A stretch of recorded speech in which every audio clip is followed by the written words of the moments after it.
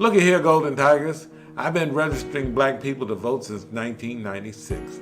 There can't be any reason not to go to the polls this year. People have been casting their ballots during early voting all across the country. But the BS has already started.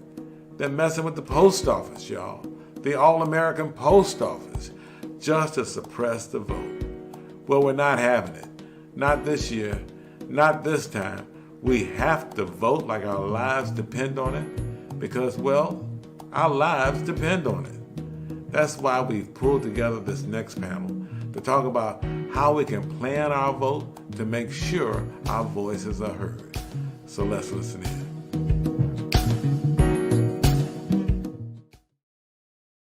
Good afternoon. Welcome to the Right to Vote panel. As this country grapples with a three-dimensional set of crises over race, health, and economics, crises that tend to be characterized by their disproportionate toll on the African American community, giving the American public choices over who they want at the command, from top to down ballots, has never been this critical. After all, it is the politics of it that decides health and sickness. It is the politics of it that decides wealth and poverty. It is the politics of it that decides who gets incarcerated and who does not.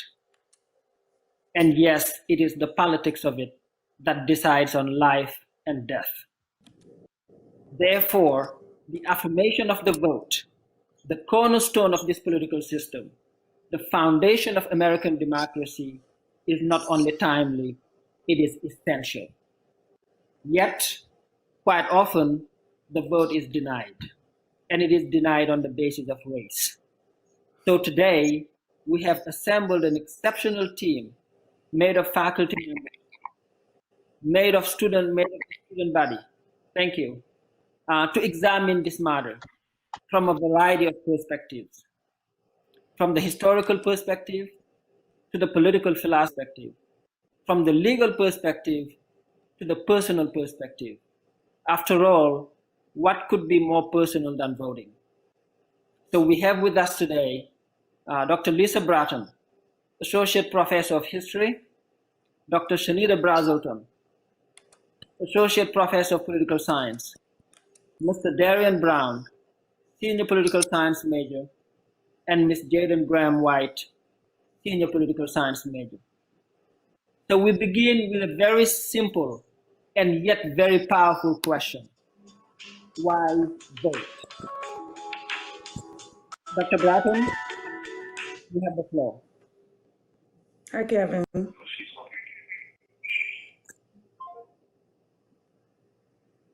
Dr. Bratton, can you hear me?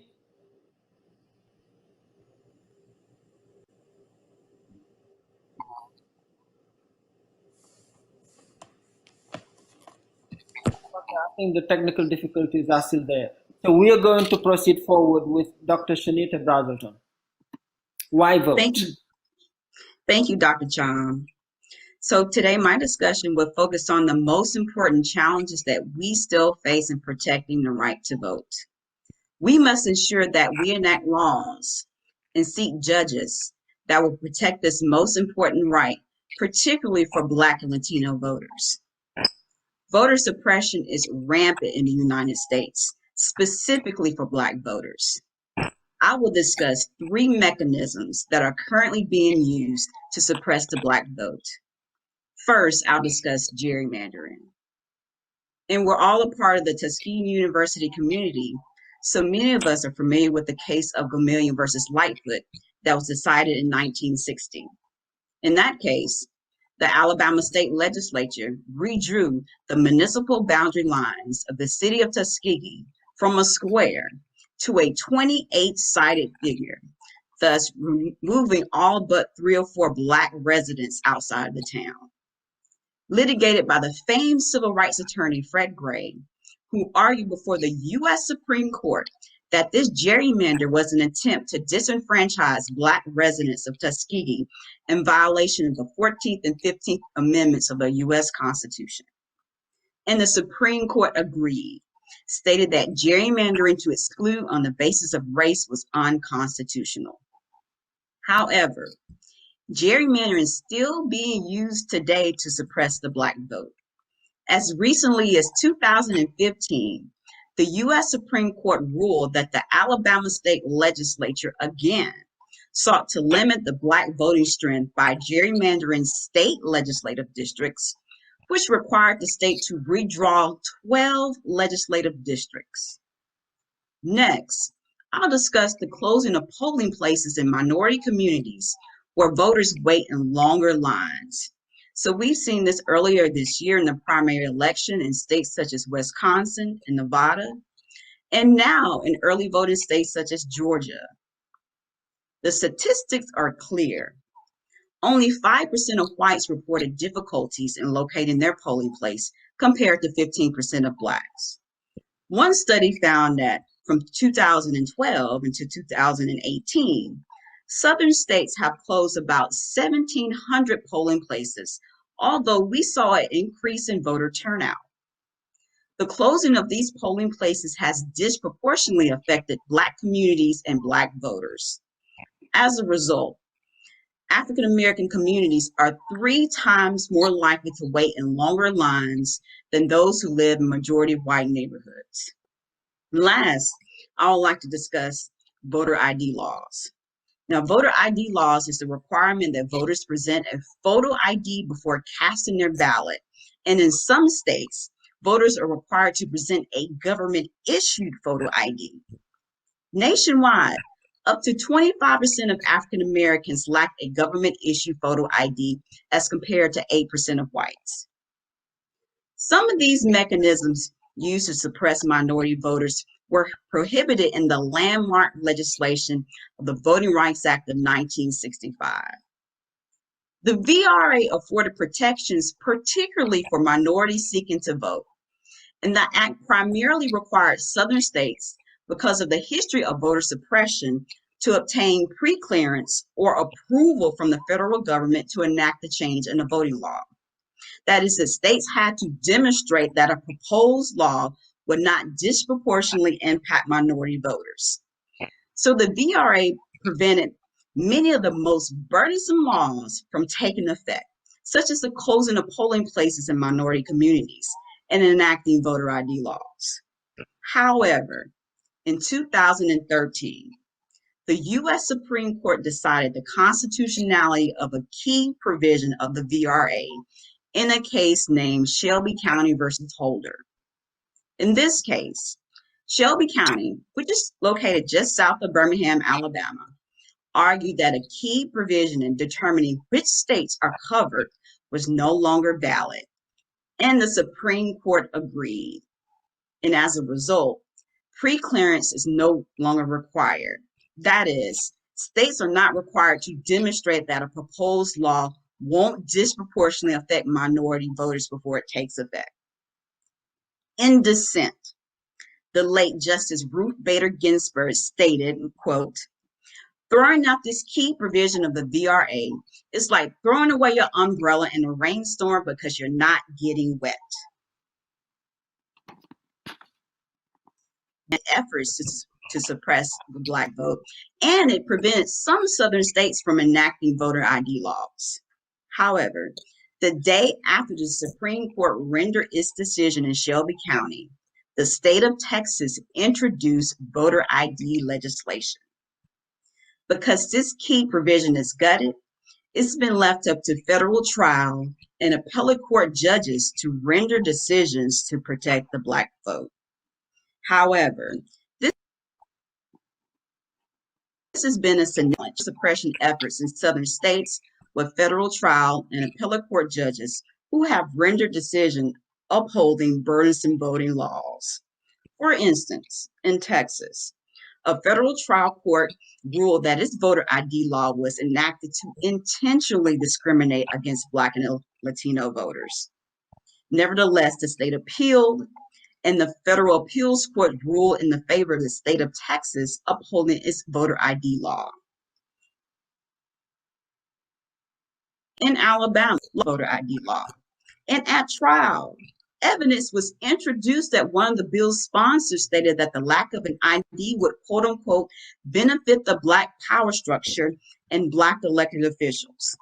However, both federal trial and appellate courts ruled in favor of the state. So I'd like to close with these appeals. Congress must renew the Voting Rights Act, which was recently renamed in honor of the late Congressman and civil rights hero, John Lewis.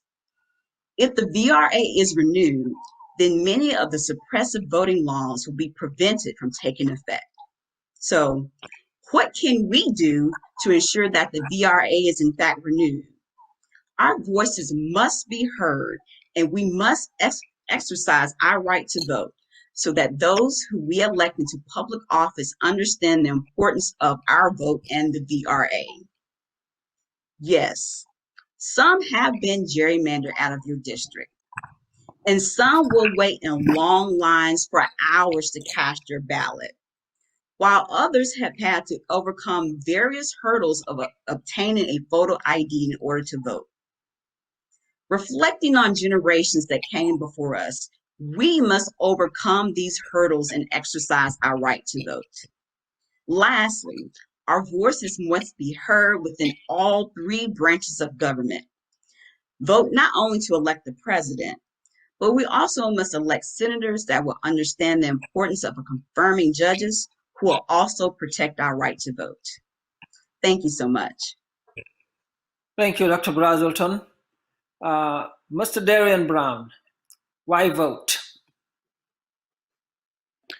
Good afternoon, everyone. It's an honor to have the opportunity to stand before you today. First, I would like to thank Tuskegee University for giving us this opportunity to speak to you all on such an important subject in such an important time period. I would also like to thank my fellow panelists, professors, and my dean for taking the time out of their busy schedules to present on voting rights to you all. Last but not least, I want to thank you, the viewer, for dedicating yourself to your own personal advancement by getting a better understanding on this topic. I understand that not only COVID-19 is plaguing the land, but also ignorance. These two in combination are decimating the country and negatively impacting everyone's lives. But I want to encourage you to stay strong and persevere. You are worthy of success, you are vital, and you are valuable. Continue working hard and working towards building your future. As my granddad would say, when the going gets rough, it's time to get tough. Now, while I could and would like to affirm you throughout my entire allotted time, that's not what you came here for. You came to learn and hear about voting rights. So I will get tough and tell you the tough truth. There's a quote that resonates deeply within me by a man named Frederick Douglass, who I'm sure many of you have heard of. He says, "A man's rights rest in three boxes: the ballot box, the jury box, and the cartridge box." In modern day society, it is clear that one box outside of those three that isn't being respected, especially in relation to America's views on the Black community, is the casket. It's extremely prevalent that the amount of blood on the leaves, the amount of fruit hanging from the poplar trees can no longer be ignored. If you are fed up with the current state, you must do something about it. And the first step is claiming the rights in which have been ordained to you. To some, voting is considered a luxury, to others, a necessity. Within our history, there have been countless things done to repress that right within the Black community, whether that's poll taxes, literacy tests, or the modern day version, the use it or lose it law. This law allows votes to be canceled purely because the person hasn't voted in recent elections. An example of this is the Kemp versus Abrams election in Georgia.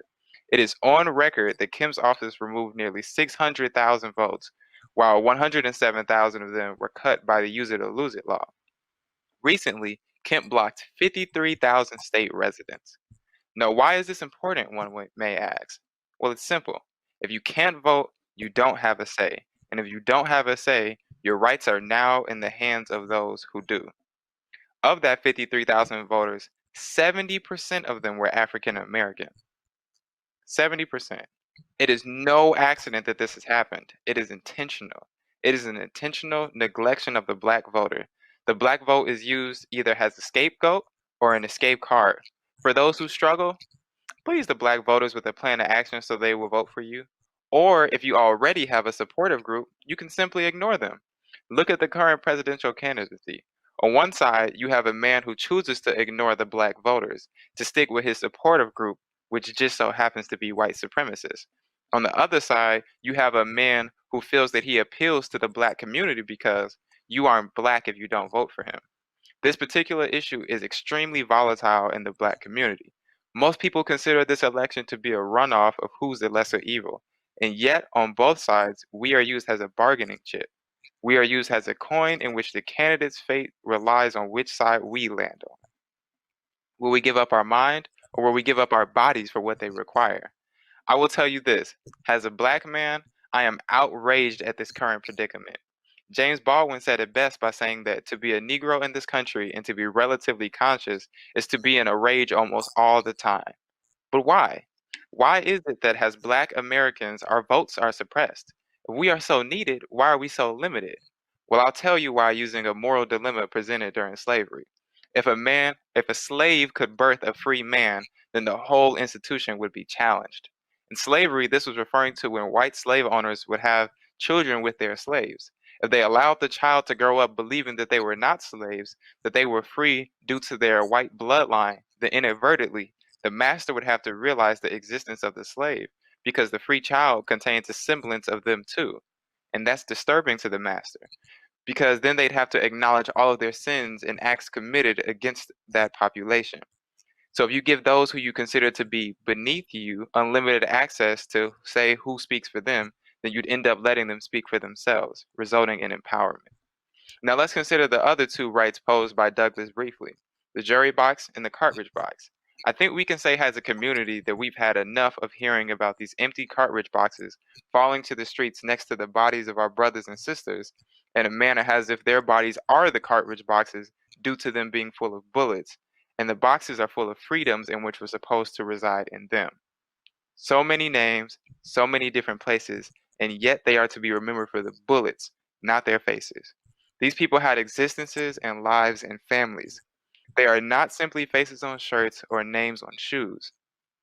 They are people who were and still are loved. Society will lead you to believe that they died for the cause, that they died for peace to be brought to the world. Yet passed, and those bullets that rained on them caused nothing but waterfalls to fall from the faces of their families. We say we want money. We say we want justice. They say we want the destruction of innocent companies. We say we want justice, and they say we ask them to kneel with us. And yet, it seems that they still haven't realized kneeling with us didn't mean kneel on us. In that same breath, the jury box has shown us that justice does not favor us, that the law simply doesn't fall on our sides, that our homes are not our homes, our parks are not our parks, even that our casual jogs through a neighborhood can become a sundown town while the sun is still up. These people are put in these positions from not just big elections, but our local elections. These elections are just as important in determining who speaks for us. Right now, regardless of what people say, this is a unique opportunity to go out and vote for what you believe in. You're not just voting to have someone stand and wave, but to determine what happens when they sit and work. You're voting so that the hashtags may end, so that justice will be awarded to those whose rights were previously ignored. You're voting not so that you can take back the past, but so that you can fight for the future. You do not have to needlessly suffer or feel as though you can handle it, because the going gets rough, not when you suffer, but when you have to watch those you love, like your kids, suffer the same things you went through because you didn't do enough. The going has gotten rough, and now it is time for you to show the world if you're tough. Thank you. Thank you, Darian. Now, Mr. Miss Jaden Graham White, why vote?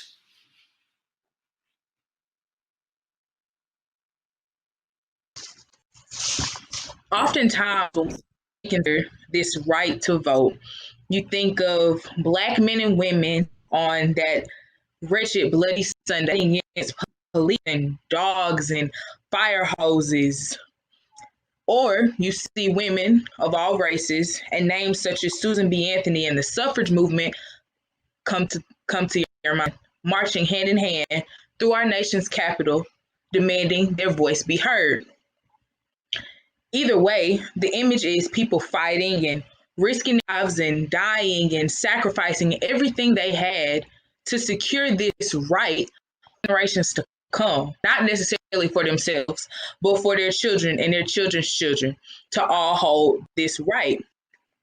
But you see, the idea of fighting for a right is contradictory in itself because our rights are inalienable, meaning that they are not to be given or taken or debated or questioned or fought over or died for.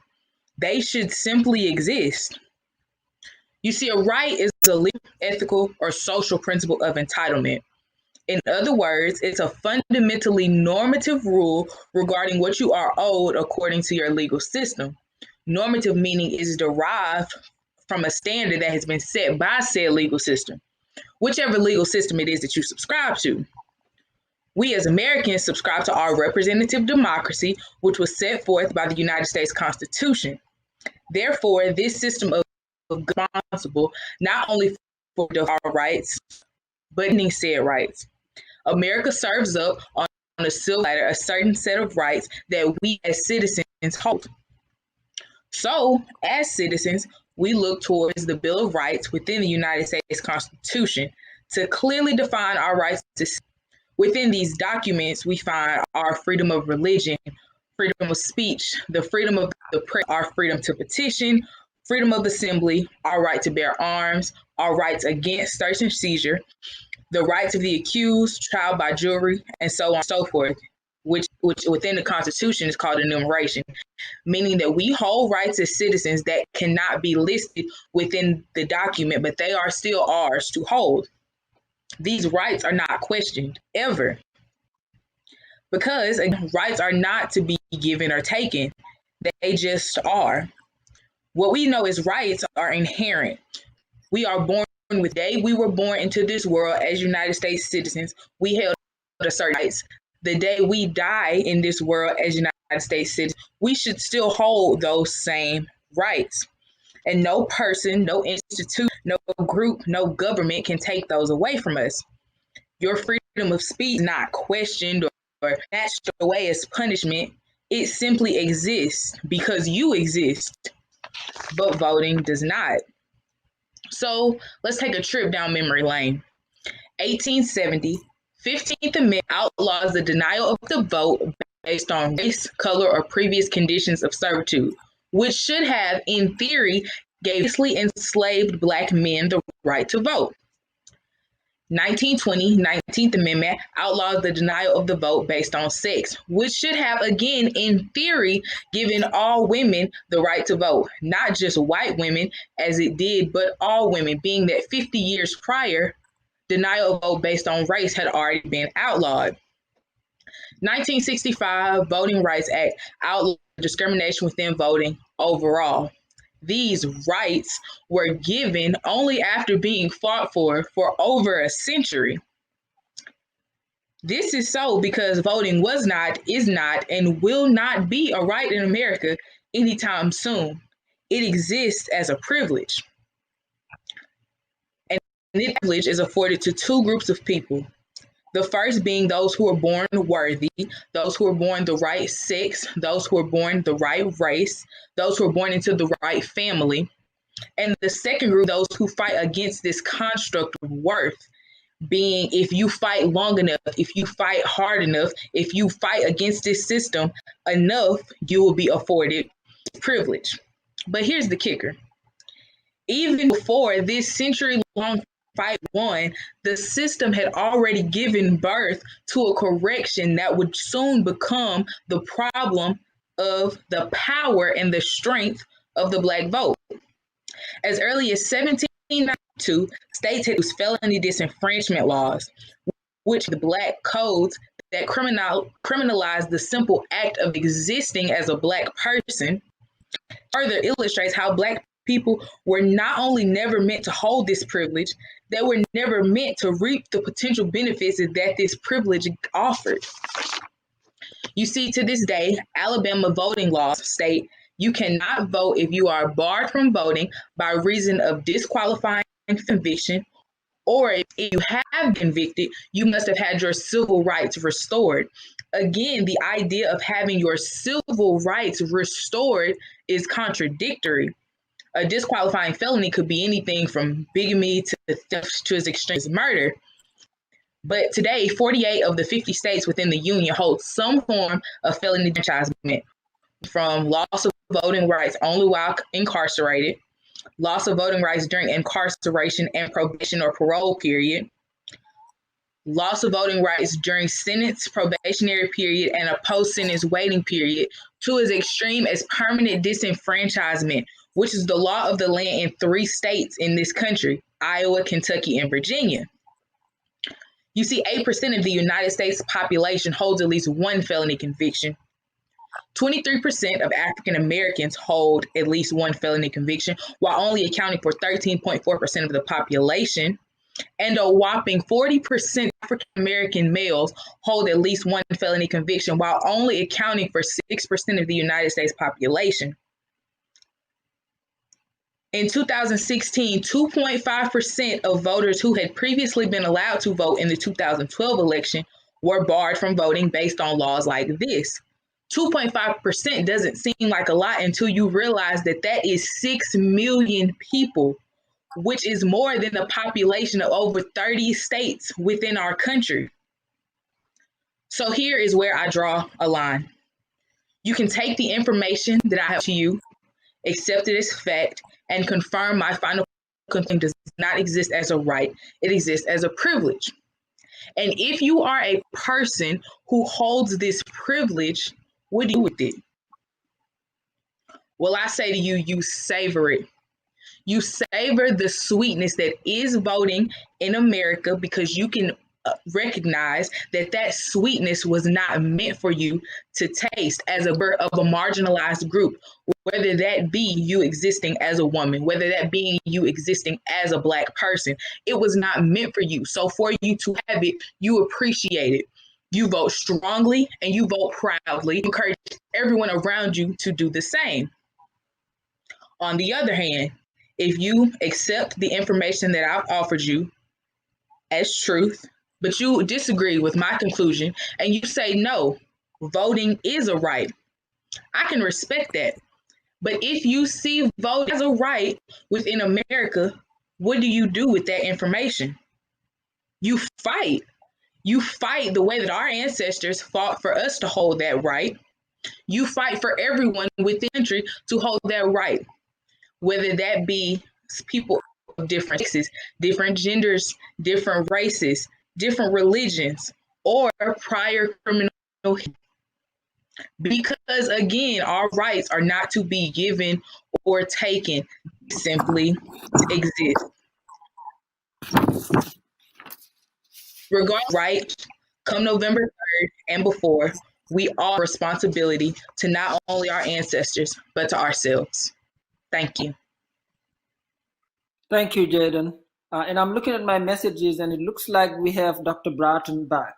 Do we have Dr. Bratton back? We are still having those technical difficulties. Okay, so we are going to proceed with the questions then. The first question will go to Dr. Brazelton. And just a hypothetical situation. Let us say November comes, a new president is elected, and they call upon you for advice. Of course, we are going to have to put our objection to it. But let us say you take the job, and you are tasked with putting together 3 key steps to helping this country heal again. What would those 3 steps be? I think the 3 steps that I would advise the next president to take is, first, we must renew the Voting Rights Act. I would advise him to take that as his number 1 legislative priority. Now, we know that the VRA was passed in the House, however, it's stalled in the Senate. The president must use his power in the bully pulpit to appeal to the American public the importance of renewing the VRA. Next, I would open up the franchise. I would say that the president needs to advocate for universal mail-in voting. So given the conditions of the pandemic, many people are casting their ballots by mail. whether it's states that have voting by mail or voting by absentee.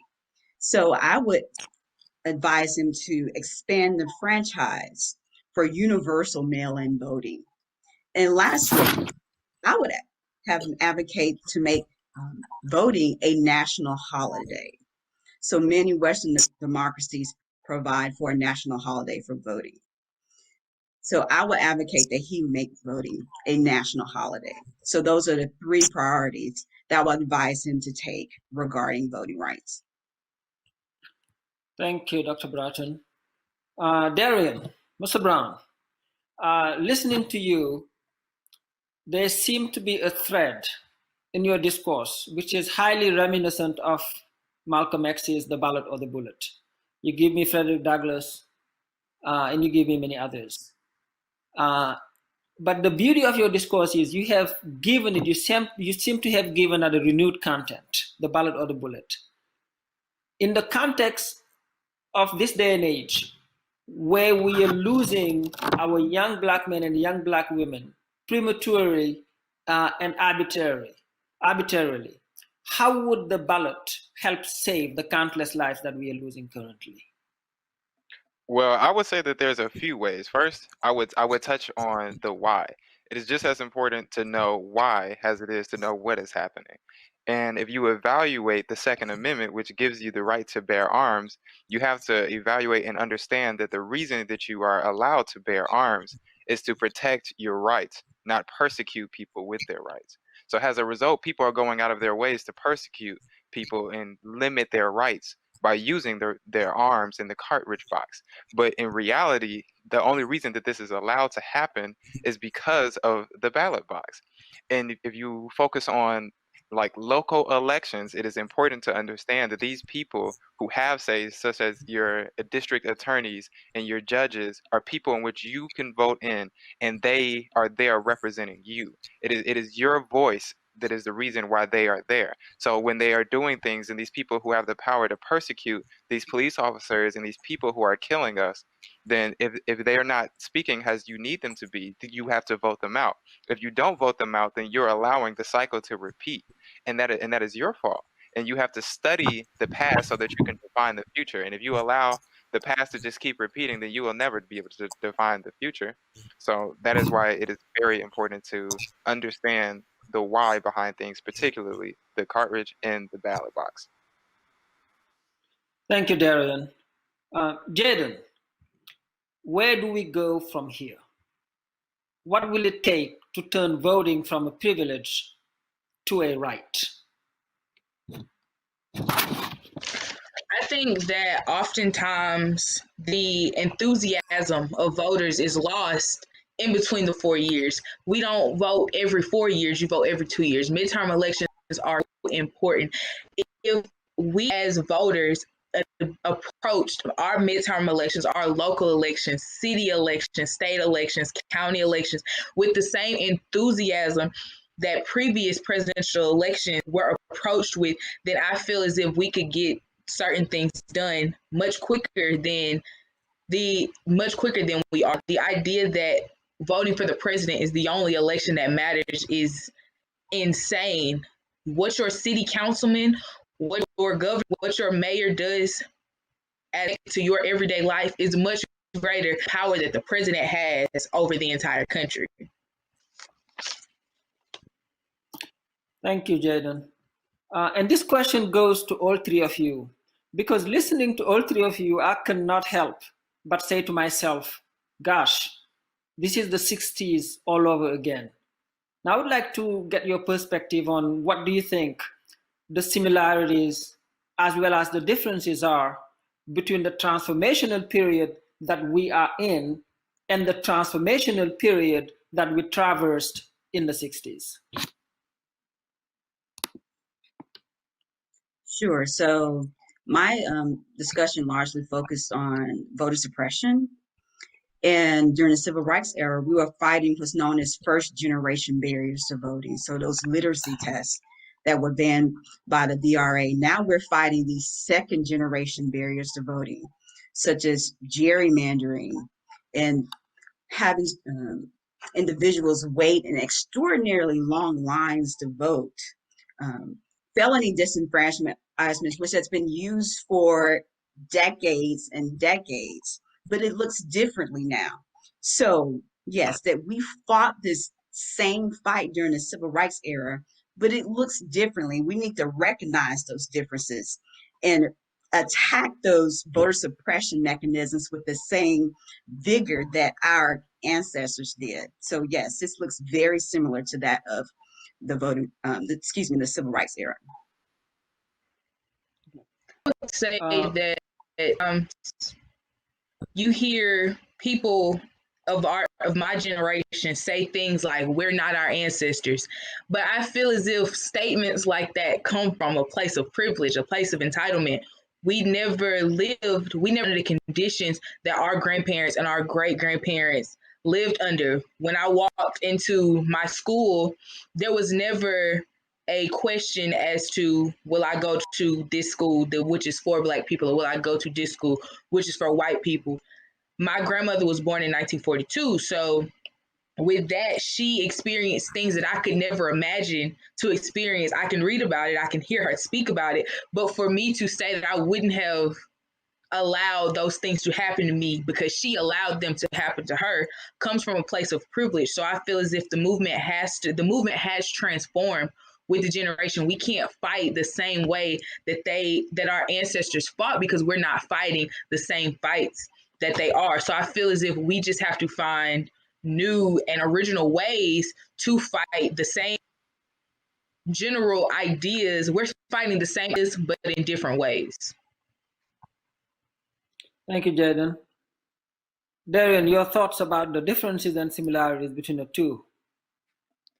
I would say, in terms of the differences and similarities, first I'll start with the similarities. And one thing that is profound to me is that as early as the age of 5 or 6, that we pledge allegiance to a country that has proven time and time again that it has not pledged allegiance to us. So as a result, we are fighting and we are struggling with the same inequalities that we were back in the 60s. And something that was very interesting to me personally and helped build my character in life is my father actually knew Emmett Till's mother, and she wrote a book, and she actually signed the book and put a little letter in there for him. And as a result, my father passed it to me as my inheritance, and I've read over the book countless times, and I read the letter that she wrote. And one thing that she said was, live on purpose with purpose. And I feel that that is very impactful and something that we need to do in current day society. And we have to understand that even though it is a battle, an uphill battle at that, we have to keep fighting, because there's no, as one of my pastors told me, is that there's no atheist in the foxhole. So in situations in which we are in war or we're fighting for what we believe in, you have to maintain that belief, because if you lose it, then you may lose what you're fighting for, and you may lose your life as a result. So you have to continue grinding and focused on it, because success is not owed. Success is not owned either. It is rented, and every day you have to work to afford it and be able to pay for it. So that is the similarities, and that we are working through it. And the differences is, I would say, the spread of information, particularly in social media. That is a very big difference in our time periods and how we can spread the message. And I think that today it's a slightly different problem, and it is not awareness anymore. I feel it is action that is the particular problem. What is the actions? Because at this point, everybody already understands what's the issue, and we understand what's the problems and what's going on within society, but not everybody understands how to solve it or why it is particularly happening. And these things must be adjusted for us to further ourselves as a community, particularly in the manners of education and so on and so forth. Because we can evaluate Maslow's pyramid of needs, and at the very base of it is security and identity and family. And these very base things are being ripped from us, and we have to develop and understand a way to bridge the gap. Because now people are arguing about colorism and various different things, which is very important. But it's also a problem because as African Americans, we are struggling with having a sense of identity, because everybody else is ripping into our cultures. And it is seeming as being African American is African without recollection and American without privilege. So we have to fight a different kind of battle, and that is one with purpose. Thank you, Darian. And walking into this, of course, I have to speak to non-political scientists to get their perspective and their questions. And one question that keeps coming is, how do we explain the African Americans' vote and its alignment to the Democratic Party?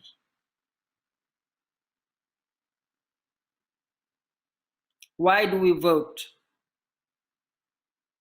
in our majority for the Democratic Party? Well, Dr. Chom, that's a very good question. I believe within recent years, particularly with the presidency of JFK, that the Democratic Party turned its efforts to courting the Black vote. However, I believe that is lost today. I think one of our guests stated earlier that one of the candidates said that presidential candidates said that you had to be crazy if you're African American, you don't vote for him. So over the years, I believe that the Democratic Party has taken the Black vote for granted. However, it is very important for both the Democratic and Republican parties to court the Black vote, right? So in 2012, there was a historic turnout for President Obama, which he was a significant decline in voter turnout for African Americans in 2016. Many argue that Hillary Clinton did not address the issues that are concerning to the Black community. So it is of the utmost importance that both political parties make a concerted effort to address many of these issues, such as racial profiling, police brutality, voting rights, economic disparity. There are a whole host of issues that are particularly concerned to the African American community. And those candidates have to come to our communities and devise specific policy proposals to address these issues.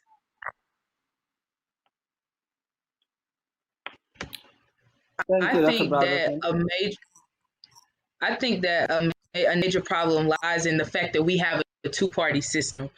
This two-party system is what breeds this that Darian mentioned about the lesser of two evils. We really only have two options, and to vote for a third party is what most people see as a wasted vote. It goes their majority, all voters will always be Democratic or Republican. Oftentimes I feel as if the Democratic Party takes that Black vote for granted and the Republican Party simply ignores it. There's no real purpose in Donald Trump or any Republican candidate really going for the Black vote, because it is seen as such a Black conservative is almost seen as a punchline. Like it's almost laughable that people see that and see somebody as a Black Republican and completely disregard what views they might hold or why they vote that way. That that in itself, the idea of a two-party system, in my opinion, should be abolished. The idea that we only have two real options and the person who single-handedly makes the decisions for our entire country. Thank you, Jaden. Darian, what are your thoughts? Um, just building on what Jaden said, I very much agree with the fact that it's based deeply in the fact that we have a two-party system, because as a result, it's always an either or. And it allows people's mindsets to be stuck inside of a box where you cannot actually fathom or imagine anything outside of it. Personally, I feel that this would be kind of prime time for a third party to appear, because there's things and disparities on both sides that people are suffering with. Some people don't really want to vote for Trump, but they're voting for him because they feel that Biden is this and that. And some people are voting for Biden purely because they feel that Trump is with this or that, such as racist or things along those lines. And as a result, people aren't voting for particularly policies, they're voting on personalities. And that is causing a very big problem. So if somebody could step up as a leader and bridge that gap, then I feel that it would very much so change the dynamics, especially Black people voting for Democrats. But I feel like the reason why we vote for Democrats is because Democrats try to feed on the psyches of Black people and our identities. And what they do is they'll represent themselves as if they're on our team, as if they're wearing our jerseys. But just because they're wearing a jersey, it doesn't mean that they're actually on our team. They're just feeding on the things in which we may need as a people. And they feed on the fact that you have to evaluate how Black people are developing and how we're growing into ourselves within this country. And most of the times, particularly from where I'm from in Chicago, people are trying to purely survive. And a person raised off of love and a person raised off of survival, they look the world two totally different ways. So as a result, the Democrats will try to feed off of what you need. You want to survive? Well, here, I will reenact this act, or I will allow this to continue. I will allow Obamacare or various different things to stay in office just so you can be kind of happy. But I won't actually do anything that will make too much change for you because it doesn't directly benefit me to make you a better person. I just want to make sure that you have some sense of familiarity, but familiarity doesn't breed gratitude. It just breeds content. Black people are just kind of content with society, and we feel that we can survive in any type of situation. But the Democrats are just appearing to be a better option than the Republicans, and I feel like both are just failing. Thank you. And then there are many reasons people vote. And of course, the most salient reason has to do with economics, meaning the pocketbook voter, right? But for many others, really, we vote for a president not for the person of the president itself, but for his enduring or her enduring legacy. And in this case, the impact of the president on the courts. And we are living similar situations where we have a president whose Supreme Court nominee was taken away and another one whose Supreme Court nominee is about to be confirmed. And the question now is coming, should the next president, should he be a Democrat, should he pack the court? Should he turn the Supreme Court number from 9 to a superior number than 9? And I just would like to know what your thoughts on it are. Because we know the courts have an effect on us in ways that it does not on other people. So this is directly speaking. Sure. So I can speak to that question. So in 1937, FDR sought a court packing plan because the U.S. Supreme Court, with a 5-4 majority, sought to overturn FDR's New Deal legislation. And so FDR proposed his court packing plan. However, of course, that wasn't implemented, but one of the key votes on the U.S. Supreme Court all of a sudden started to vote to uphold his New Deal legislation. So I would say perhaps if Joe Biden were to win the election, maybe he could propose a court packing plan to pressure some members of the Supreme Court. Well, let's just be honest, conservative members of the Supreme Court to perhaps to uphold some key legislation. We know that the Affordable Care Act will be heard before the Supreme Court next month. So that is critical for millions of Americans. I believe about 20 million Americans are insured through the Affordable Care Act. So perhaps if Joe Biden were to propose a court packing plan, then we would see something that's similar that occurred during the FDR era. Then some of the justices of the Supreme Court have a change of mind to amend these laws that help so many Americans. Thank you, Dr. Brazelton. I would also like to hear a opinion from our future leaders. Who's going to take that? What do you think? What are your? I know you have thoughts on it.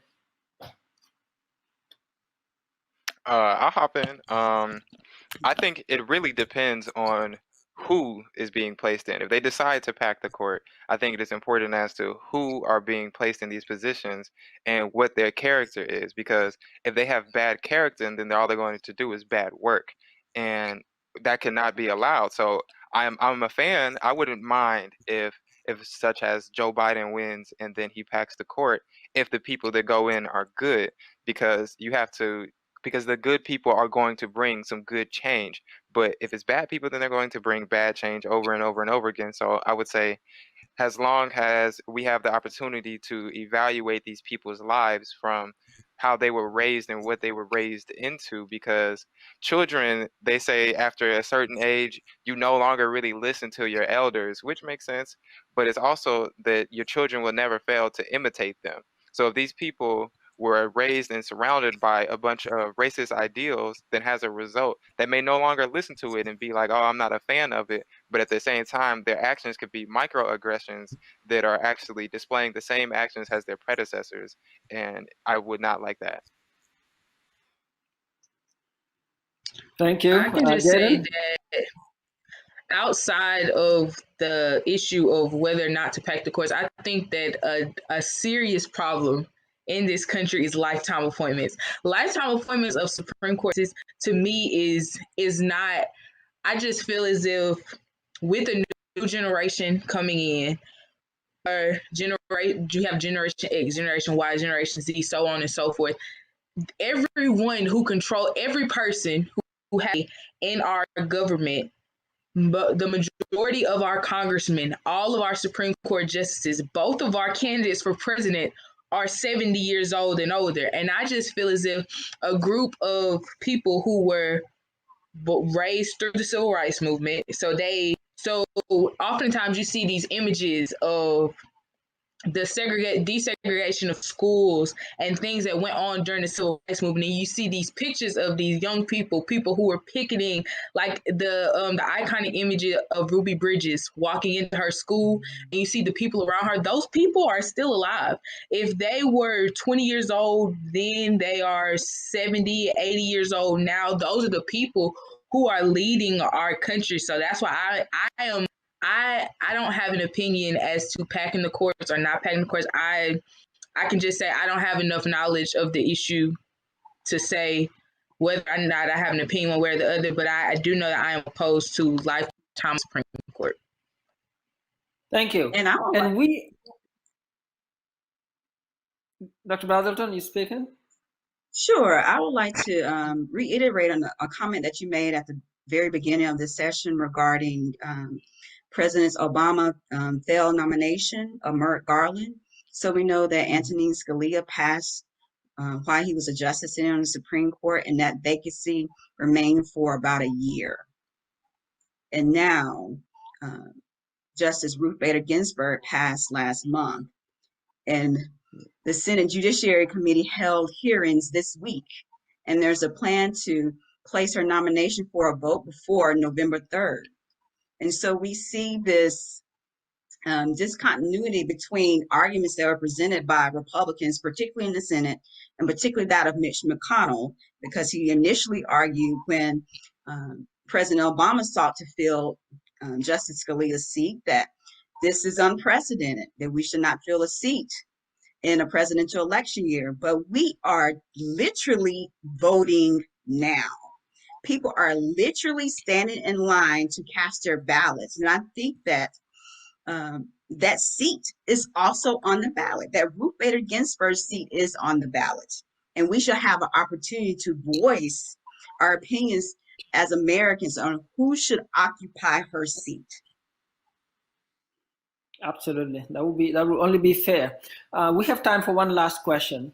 And we all go to school or work for an institution, a historic institution, Tuskegee University, located in a historic city, Tuskegee, with significant roles played both in advancing democracy in this country and voting rights. And I know, Dr. Brazelton, you mentioned Gomillion versus Lightfoot. Can we think of other ways in which Tuskegee helped shape this nation's course towards more democracy? I'm sorry, Dr. Chom, could you repeat that question? Your audio is lagging a bit. Can we think of ways in which this city and this university, Tuskegee University, helped shape the country's course towards more democracy? Right. So the Tuskegee Civic Association, that the case of Gomillion versus Lightfoot. So Charles Gomillion was actually then the dean of the Social Sciences Division, which is now the College of Arts and Sciences. So he and others led voting registration efforts. The white power structure in Tuskegee sought to retaliate and to suppress the Black vote, in which they appealed to the state legislature to gerrymander the city of Tuskegee. And now we have this, it is literally a landmark decision in Gomillion versus Lightfoot to say that interpreting the 15th Amendment and gerrymandering on the basis of race is unconstitutional. And so we have that legacy in our own backyard with the city of Tuskegee in this Supreme Court case that was litigated by Fred Gray. And I think we need to carry on that legacy today and continue with voting. We need to go to the State House. We know that the 2020 census is being conducted and lines will be redrawn. So we need to let our voices be heard, to go to the state house and to make sure that those lines are not gerrymandered again. We have to continue the activism that we saw during the civil rights era today. Thank you. And this question goes specifically to Jaden and to Darian.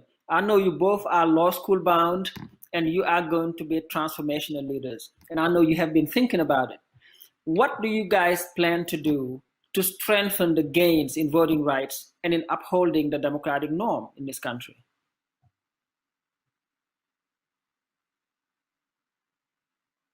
Okay, I'll go first. So at least for me personally, I know that I've been developing my character and I want to be known as a good man. You know, everybody asks, what do you want to do and what do you want to be in your life? And I've gotten to the point where instead of just saying I want to be an attorney or I want to be a doctor or anything along those lines, now I just say I want to be a good man. And that is about developing the content of my character. So I'm taking that character and trying to instill character into other people because I want to help encourage people to understand that they don't have to be products of their environment, that the environment can be a product of them. So I would do the same thing that many people from Tuskegee have done, such as Booker T. Washington, and that is spread education. And when you become educated, you become dangerous. And a conscious mind is always dangerous, more dangerous than an ignorant mind. So if these people go and understand that they're going to utilize these rights that have been presented to them, and they're going to go out and they're going to vote, and they're going to stand for what they believe in instead of standing for nothing.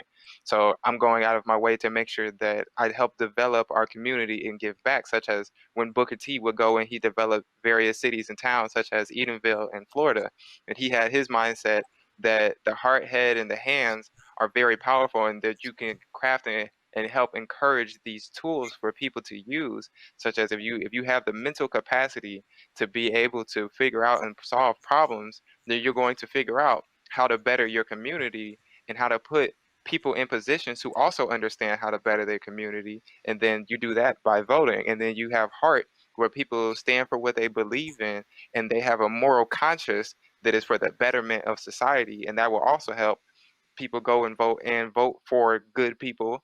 And then you also have your hands, where you're able to do various things, such as the students who built Tuskegee brick by brick. And these people can go out and build what they want. They can envision it, they can see it in their heart, and then they can make it with their hands. And if I can go out of my way to encourage people to do the same things, then I feel like I've completed the Tuskegee mission. Thank you, Darian. Jaden.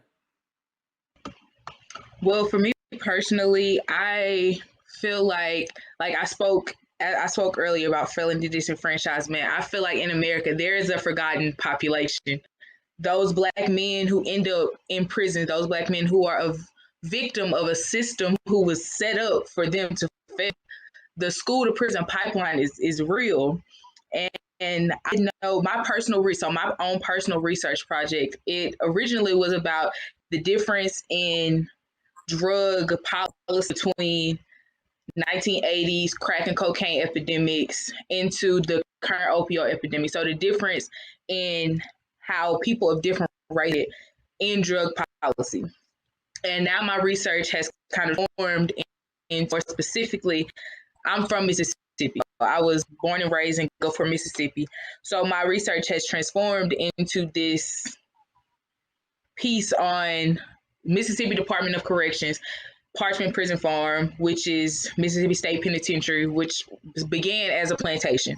So this prison, Mississippi's State Penitentiary, began as a slave plantation. So it's just the idea of slavery by a different name is quite literally shown there very clearly, the same way with Angola Prison in Louisiana. But I know I love people who were put in these situations where, first of all, the system of education, the systems around were set up for them to be put in this predicament. One of the most important people in my life, my niece, I've watched her cry for her father, who is in Parchment State Penitentiary. So like, it's very personal to me to not for these people who exist situations that it wasn't necessarily their fault. It wasn't necessarily their actions or their predicaments were set up before they were born, their parents were born, before their grandparents were born. The system that we exist in as Black people, where our ancestors existed as slaves, that system was set up before them, where mass incarceration, it was before we were born. This system was made for us to fail. That's why like voting reflects in there's not a single idea that you can bring forth, a political idea specifically. Their voting isn't important. Voting, why when people say things like, I'm not into politics, I'm not interested in politics, politics isn't something that I subscribe to, you can't. It's not college football. It's not sports. It's not something we can say, well, that doesn't affect me. It's not something I'm interested in, because whether or not you subscribe to it, whether or not you pay attention to what's going around you, it's paying attention to you, and it's affecting you in ways that you couldn't even imagine. So that's why we have to vote. We have to vote in people who will take these strong stances against the afflictions that Black people go through every day without even knowing. That's why you vote not only for yourself, because every decision that's made in this country will not affect you personally, but it's self versus community. What will this do for around me? What will this do for my community? What will this do for the people who have done so much for me? So that's why, voting is essential to every aspect of our life. You can't go without it. Thank you, Jaden. Thank you guys for a high quality conversation. And the takeaway is, if you are not interested in politics, politics is interested in you.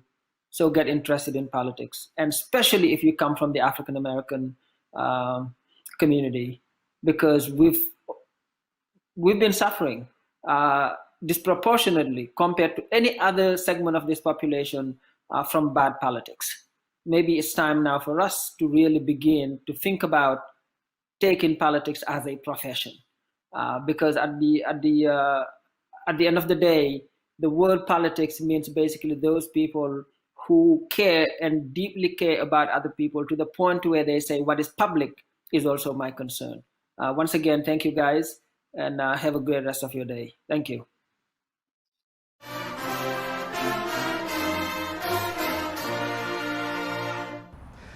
Bioethics is a term that is evolved from ethics, and it really talks about the relationship between ethics, that's doing the right thing, and the whole biology, the biome. But specifically for our center, bioethics is a relationship between the health care system and their patients to assure ethical conduct. Our center is the only presidentially mandated bioethics center in the country. It was part of the 1997 presidential apology for the United States Public Health Service syphilis study at Tuskegee. During that 40-year period, 623 African American men living in and around Macon County were engaged in a so-called study to track the pattern, if you will, of syphilis in human organs. Well, specifically, we've evolved as time has evolved, and we now embrace various spheres of ethics, specifically public health ethics, which talks about a population and the relationship with ethical conduct with the health delivery system and other social systems, and talks about equitable allocation of resources so that people can do their best and strive to their greatest potential. We have the Bioethics Honors Program, which is 90 students across disciplines, across majors, across classes that learn how to apply what they're learning in ethics in the real world. If you can't take what you've learned at Tuskegee University and apply it to our communities, it's of no real value. So you come to Tuskegee and get an additional complement on the real lived experience of Black people. And our history reinforces our capacity to serve community well. The history of Black health started at Tuskegee. The National Negro Health Week started at Tuskegee. They came to Tuskegee to investigate science and how to translate science into community benefits. So Tuskegee is the place. You can go anywhere in the world, and I've been many places in the world, and you always hear the name Tuskegee University, and it's said with pride.